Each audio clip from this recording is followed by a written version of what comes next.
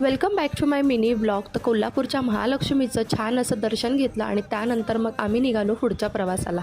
तर आम्ही येऊन पोचलो इथे कण्हेरी मठला आणि हे मठ ना खरंच खूप सुंदर आहे. खूप खूप पाहण्यासारखं आहे इथे. म्हणजे तुम्ही विचार करू शकता की आम्हाला ना इथे 2.5 ते 3 तास लागले जवळजवळ.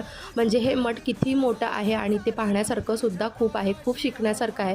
तुम्ही कधीही कोल्हापूरमध्ये व्हिजिट करत असाल तर तुम्ही मुलांसोबत ना या मठामध्ये एकदा जरूर या.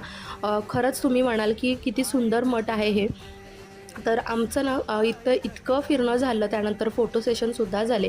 कारण खूप नेचर फ्रेंडली वातावरण होतं, त्यामुळे फोटोसुद्धा खूप छान येत होते. आणि इथे ना एक छान अशी अन्नपूर्णेची मूर्तीसुद्धा आम्हाला दिसली.